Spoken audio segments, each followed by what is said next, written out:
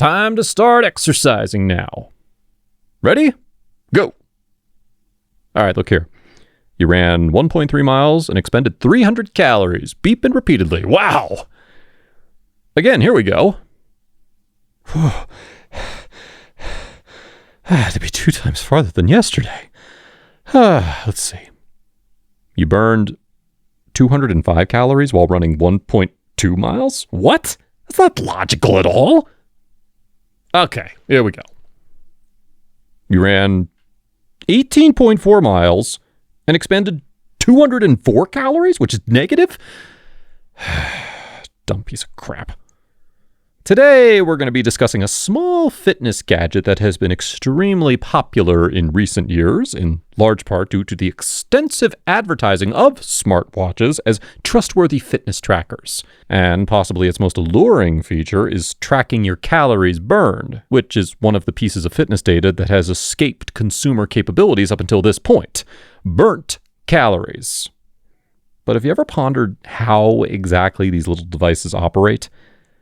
When you consider that research-grade techniques of counting calories entail outfitting individuals with CO2 respirators or locking them inside melancholy metabolic chambers that record every breath you take and every movement you make, the idea that a basic wristwatch can do so much might be pretty perplexing. Even then, there is a possibility of some degree of mistake. A wristwatch obviously does not measure the same things as a mask or a chamber. Thus, it calls for something entirely different, one of which is produced by the bright green light on the back of your watch.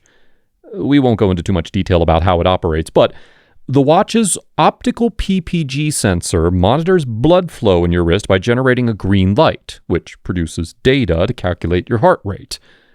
We can establish then an accurate estimate of one's VO2, or oxygen consumption, using their heart rate in combination with their age, height, and weight. This estimate may then be used to calculate their calorie expenditure. It is not novel to estimate calories using heart rate and VO2, but the essential term here is estimate, and a loose one at that. Estimates. Additionally, it assumes that your watch's heart rate monitor is correct, which is a big assumption given that one case study revealed that changing the wristband's tension might significantly alter heart rate readings. Consequently, you have an equation that only provides a rough estimate of calorie expenditure, and one of its variables, heart rate, may not be precisely quantified. So far it doesn't look great. Manufacturers of smartwatches claim that they capture more data than just user data and heart rate, though. Some devices claim to have sophisticated proprietary software, and recently, some with accelerometers have even claimed to be able to track every movement you make through the convenience of a device that can also read your alerts. But the lack of software transparency makes it difficult for academics to comprehend how the gadgets function. We're unsure of exactly what's being measured or the validity of the formula being employed. We essentially just have access to the firm's statements. Overall, getting an estimate is okay, as long as the estimate's estimated calories are somewhat close to the real figures.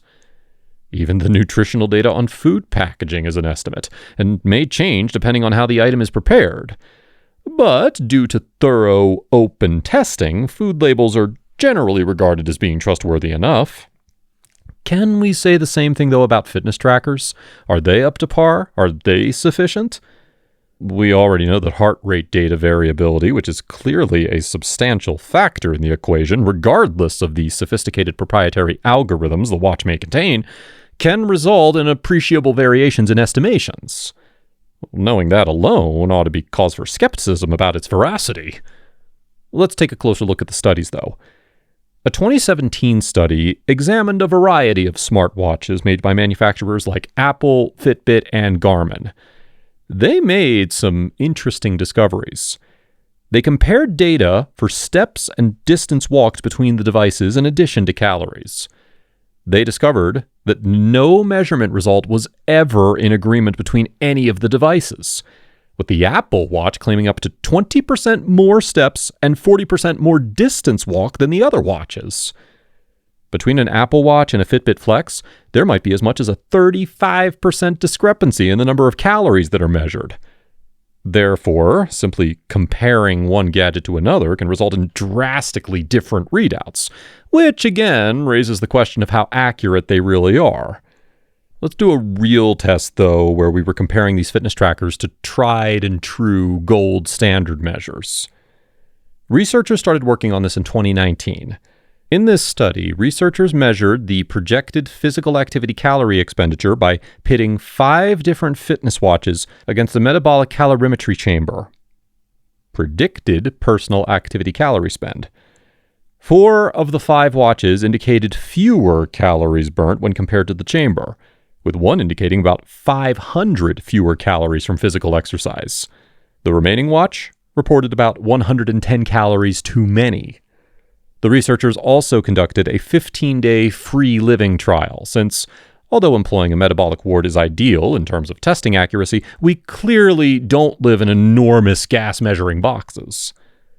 The watches were contrasted with another high-grade study instrument known as doubly labeled water, a unique kind of water that, when supplied, can quantify a subject's daily metabolic rate while they're living freely.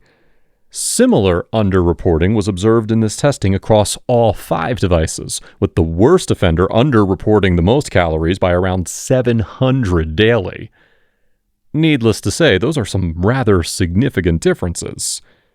Now, to be fair, this study was conducted in 2019, so it is possible that manufacturers have subsequently made changes to their top-secret software. However, a different study from 2022 discovered underreporting errors, particularly in the heart rate category. Additionally, the Apple Watch, one of the more well-known devices, was left out of the 2019 survey. But it's still unclear whether Apple or anyone else have the technology required to outperform the competition. But that's what our research to date indicates. Are smartwatches and other such gadgets reliable calorie counters in light of what we already know? Though it's unlikely, it is intriguing that the majority of the statistics point to under-reporting of activity and calories rather than over-reporting. Personally, I had the opposite expectation. This may be due to the difficulty in tracking particular workouts, particularly those that are strenuous but don't demand a lot of arm movement, like cycling, or those that don't require a lot of distance traveled, like lifting weights. Whatever the case, it's obvious that the technology isn't quite ready for specifically measuring calories yet. The key to achieving your weight loss objectives will still primarily depend on you determining how much you're consuming rather than how many calories you're burning off. Fitness watches are still fantastic since they consistently track trends and changes. The data is still valuable, even when the numbers aren't totally correct, if the watch can identify an increase in calories burned due to your increased workout. If observing these trends encourages you to lead a more active and healthy lifestyle, it might even mean quite a lot. In fact, a 2022 study published in the IKSAD journal discovered that 34% of respondents were exercising more than 4 days a week after wearing a fitness monitor, compared to only 20% before. Another small review found that having a wearable fitness tracker increased the likelihood that inactive people would improve their physical activity. In one case study, a smartwatch even noticed an abnormal change in a woman's resting heart rate, which helped her get diagnosed and receive treatment for a dangerous blood vessel inflammation problem. These additional health and fitness effects can be so helpful that I would strongly advise getting a fitness watch if you can. Just be aware of its benefits and drawbacks, and try to avoid making too many adjustments while wearing it to avoid overly affecting the sensor. For the past 3 years, I've worn one myself. It seems that since then, 85 calories have been expended. Awesome! But up until this point, that's all we know about smartwatches and calorie counting. Not fantastic, but still useful for many other cool fitness-related items. If you currently have one, keep using it. And if you're considering purchasing one, I say go for it. I just burned 5,021 calories while making this video. Seems perfectly reasonable. If you like this video, please share it with your watch-loving friends and give it a smarty thumbs up. Check back for more. Oh, and don't forget to follow me on Instagram, especially if you want more concise and practical fitness advice. Soon I'll start publishing them more frequently. As always, we appreciate your support. Now, go get some calorimetric protein.